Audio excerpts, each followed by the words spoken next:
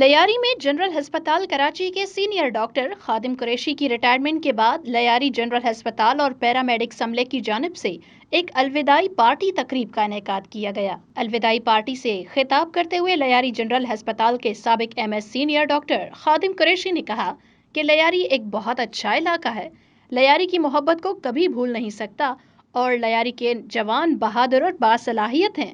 میں لیاری کے ساتھ رہتا ہوں، لیاری میں بدامنی نہیں، لیاری کا علاقہ ایک پرامن علاقہ ہے۔ انہوں نے کہا کہ میں نے بہت سے صوبوں کا دورہ کیا ہے لیکن لیاری کا علاقہ تمام صوبوں سے بہتر علاقہ ہے۔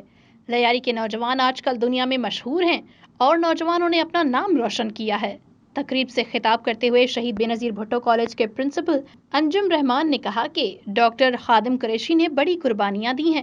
لیاری جنرل ہسپتال کے ڈاکٹر آغا زبیر نے بتایا کہ ڈاکٹر خادم قریشی ایک طویل عرصے سے لیاری جنرل ہسپتال میں ہیں جس نے لیاری کے عوام کو صحت کی اچھی سہولیات فراہم کی۔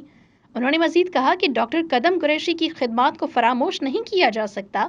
تقریب سے خطاب کرتے ہوئے پیراڈاکس کے عزیر بلوچ نے کہا کہ ڈاکٹر خادم قریشی اچھے ڈاکٹر تھے جنہوں نے اپنا سارا وقت ڈاکٹر کے پیشے میں صرف کیا۔ انہوں نے کہا کہ خادم قریشی لیاری کا خادم نہیں بلکہ تمام لوگوں کا خادم ہے۔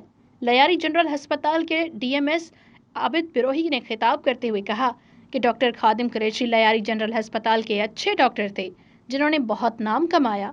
انہوں نے مزید کہا کہ ڈاکٹر خادم غریب مریضوں کا علاج اولین ترجیح رکھتے تھے۔